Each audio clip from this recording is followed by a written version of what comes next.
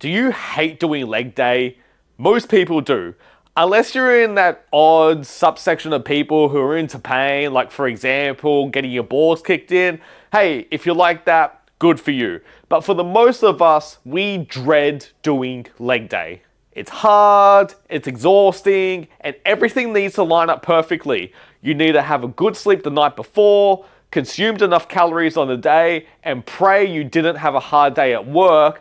Otherwise, your performance just kind of tanks and you end up having a half-assed leg workout or might even skip it altogether.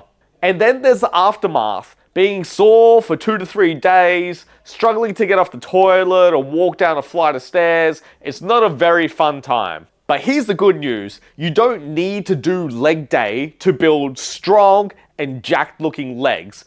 There's a smarter way to build your legs without having to go through all that pain. I've competed in both natural bodybuilding and drug-tested powerlifting pretty much 2 weeks apart. I never did leg day and I still won the overalls in my bodybuilding competition. And funny enough, after my bodybuilding shows, people told me that my best feature was actually my legs. So in this video, I'm going to show you how to get jacked legs without having to do leg day. I'm going to go through a bunch of evidence and then end the video with a bunch of practical examples to show you how to train your legs without doing leg day. So that's enough of the intro. Let's get straight into it. To understand a different way to train legs without having to do a single leg day, we have to first go through a bunch of training theory and evidence. That way, you're going to have a deeper understanding and know how to better set up your training week to train your legs. So to begin, we need to know what is the primary training variable to maximize leg growth. And this is going to be training volume. We can define this as the number of hard sets that you do on a muscle group in a given week. For example, let's say on Monday you do 3 sets of squats, Wednesday you do 3 sets of leg press, and Friday you do 3 sets of leg extensions. You've done 9 total sets on your quadriceps for the week. Now, we don't know what the optimal amount of sets are to maximize someone's leg growth because this is going to differ between individuals. But what we do know is there is a dose-response relationship between training volume and growing muscles. What this essentially means is as you do more sets, you generally grow more muscle, but up to a point. But here's the important part. There is diminishing returns as you do more training volume or more weekly sets on a particular muscle group. For example, the first 4 sets that you perform on, say, your quadriceps, you're getting the largest return of muscle growth per set that you perform.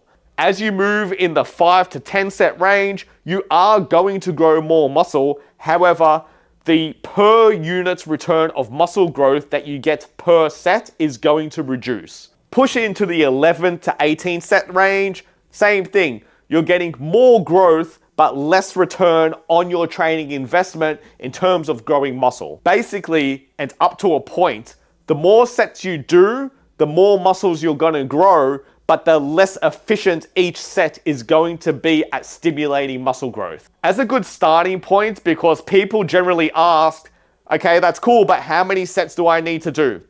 A general blanket statement is somewhere between 10 to 20 sets per muscle group is a good starting place to see your muscles grow. It's generally not too low that you're leaving a lot of gains on the table, but it's not too high that it becomes super fatiguing or hard to get in all that volume over a training week. And just on a quick note of how to actually count how many sets you've done per muscle group, you need to think of you've got the primary muscle being worked in the exercise and also the secondary muscle being also worked in that exercise. So for example, if you're doing a set of squats, the primary muscle being worked is the quadriceps. So 1 set of squats will count as 1 set for the quadriceps, but also a secondary muscle is the glutes.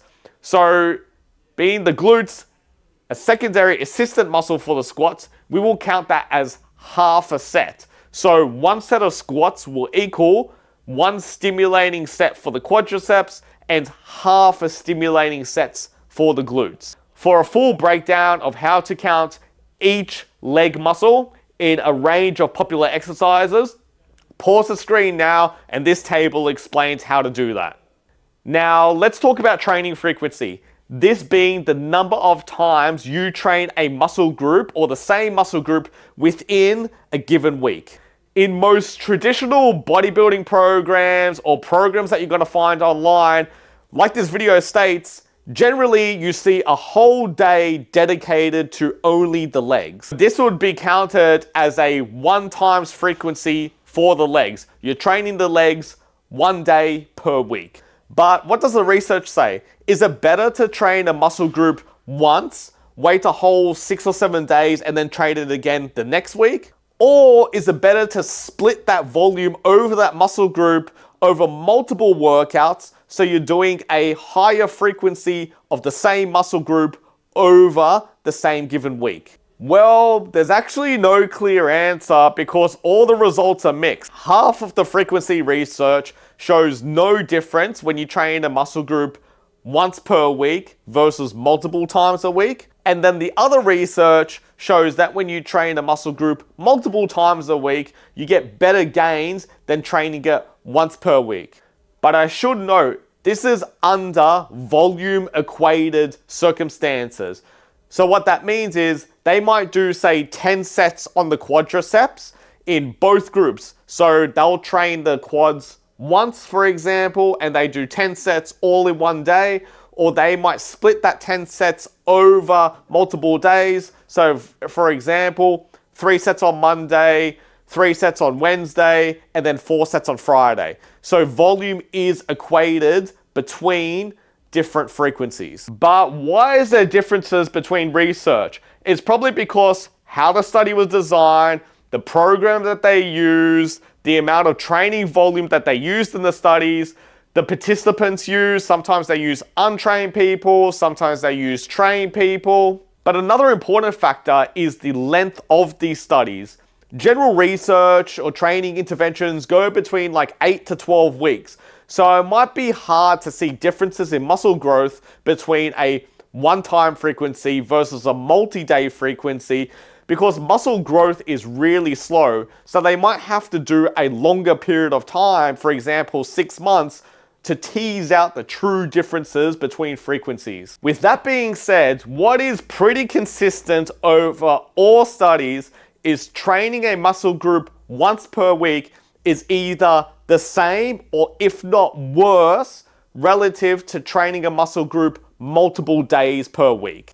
Which means that spending a whole day training legs is either the same or if not worse versus spreading that volume over multiple days of the week. But here's when training frequency does become useful. When training volume isn't matched, so the higher frequency results in more training volume, we generally see that higher frequency programs results in more muscle growth. So it's not that training frequency resulted in more muscle growth, it's that just the higher frequency group did more training volume, which resulted in more growth. Increasing training frequency or increasing the amount of times you train a muscle group in a week is a vehicle to increase training volume. Let's say, for example, you're currently doing 10 sets of quadriceps in a week.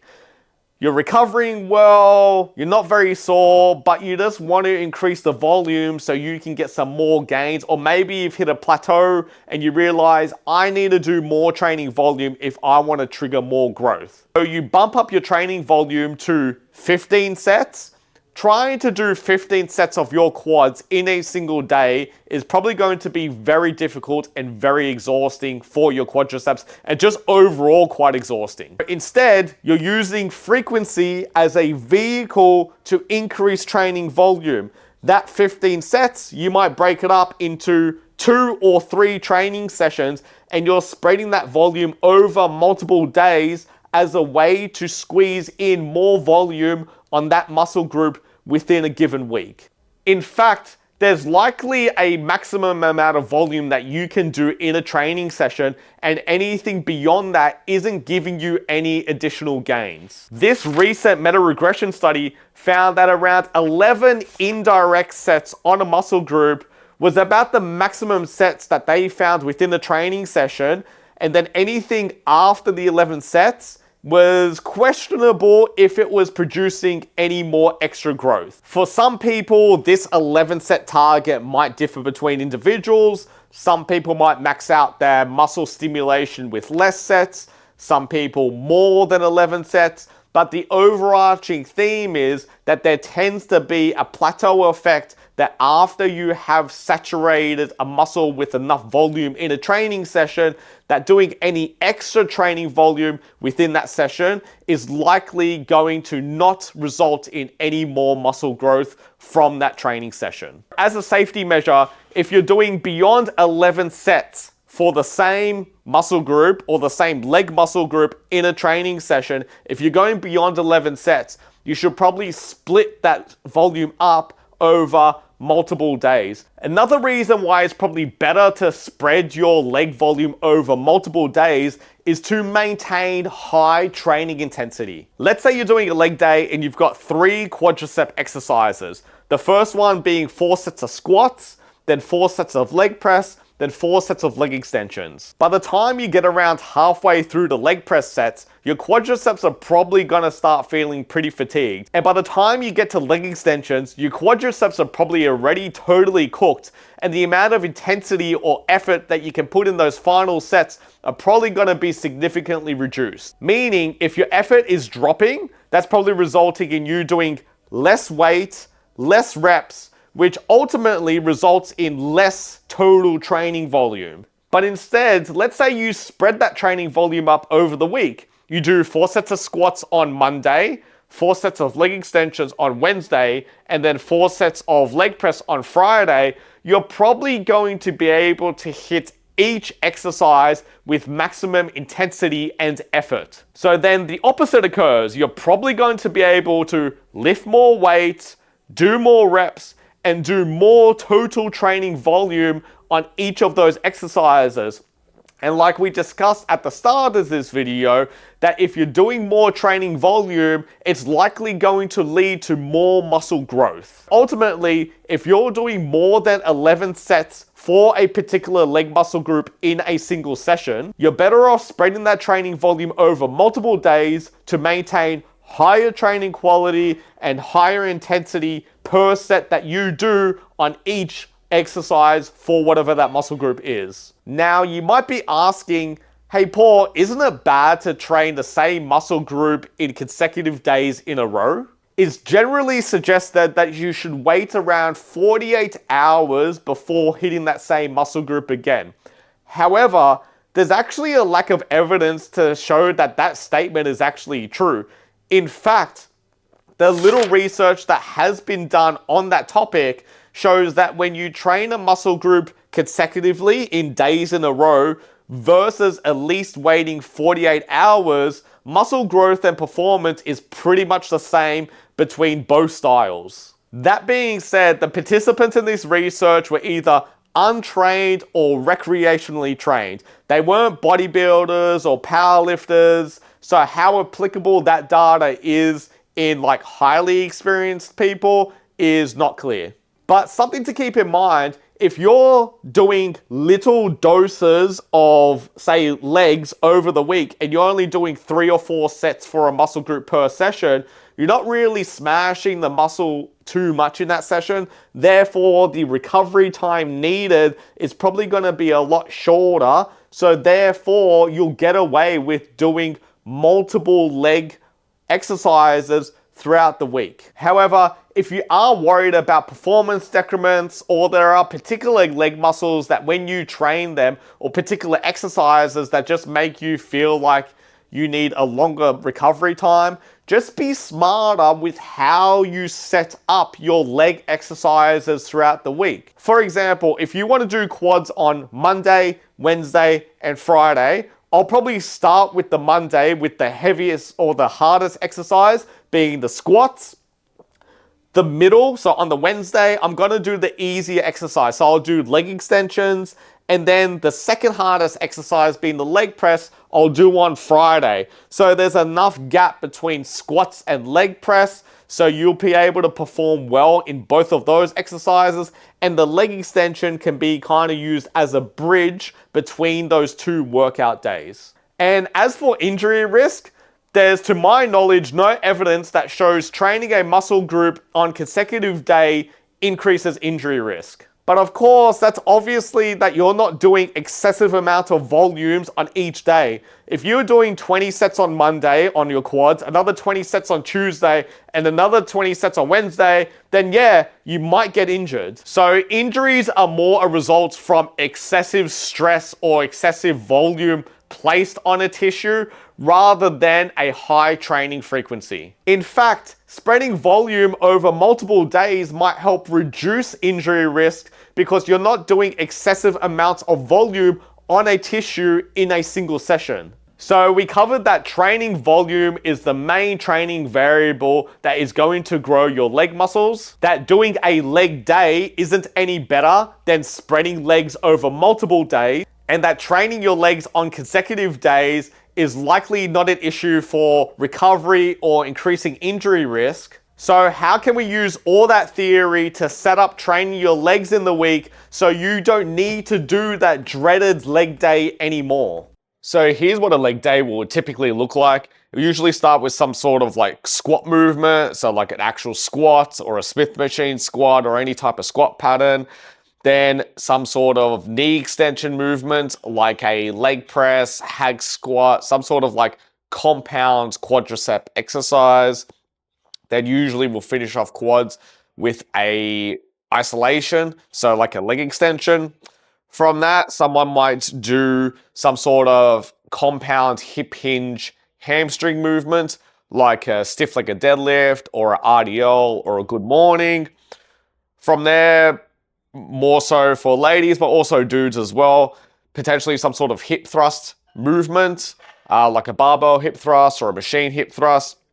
From there, probably a hamstring isolation exercise, like a laying hamstring curl or seated hamstring curl. From there, probably, again, more so maybe for the ladies, a glute isolation type exercise, like a cable kickback.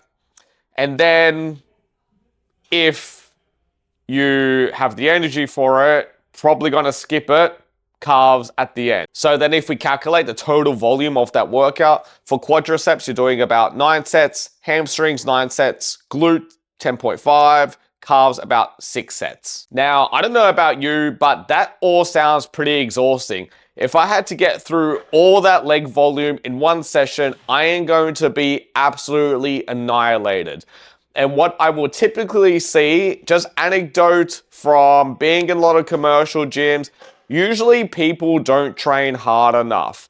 If we look at how many reps shy of fail people are training, they're usually not in the like 2 to 1 rep shy of fail range. They're going to be at least 4, 5, 6 reps out. So when you're doing that much legs in a session, it's easy to throttle yourself because you're trying to, I guess, get through that entire workout because there's so much volume. So the intensity or the quality of your session is likely going to be lower because you're trying to get through so much leg volume in a single session. Now, spreading legs over the week can be done in so many different ways. I'm going to demonstrate how you can do that in conjunction with the rest of your muscles.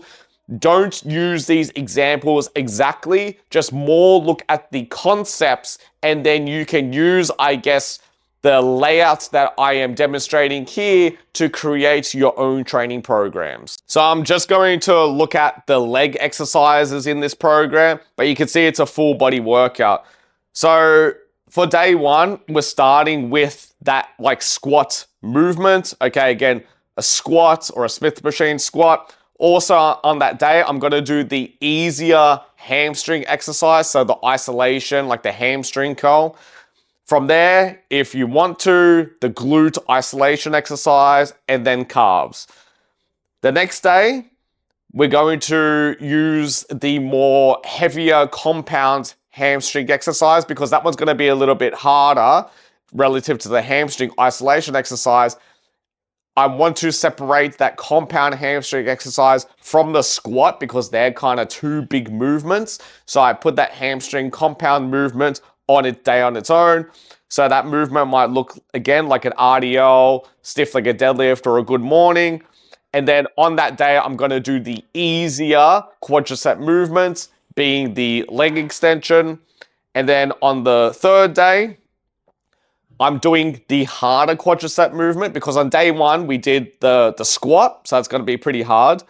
Day two, we did the easier quad exercise, being the isolation leg extension. So that on day three, because you're going to have a significant gap between the squat, you can do that harder leg compound movement. So again, being like a leg press, hack squat, lunge, or whatever quadricep compound movement that you want to do.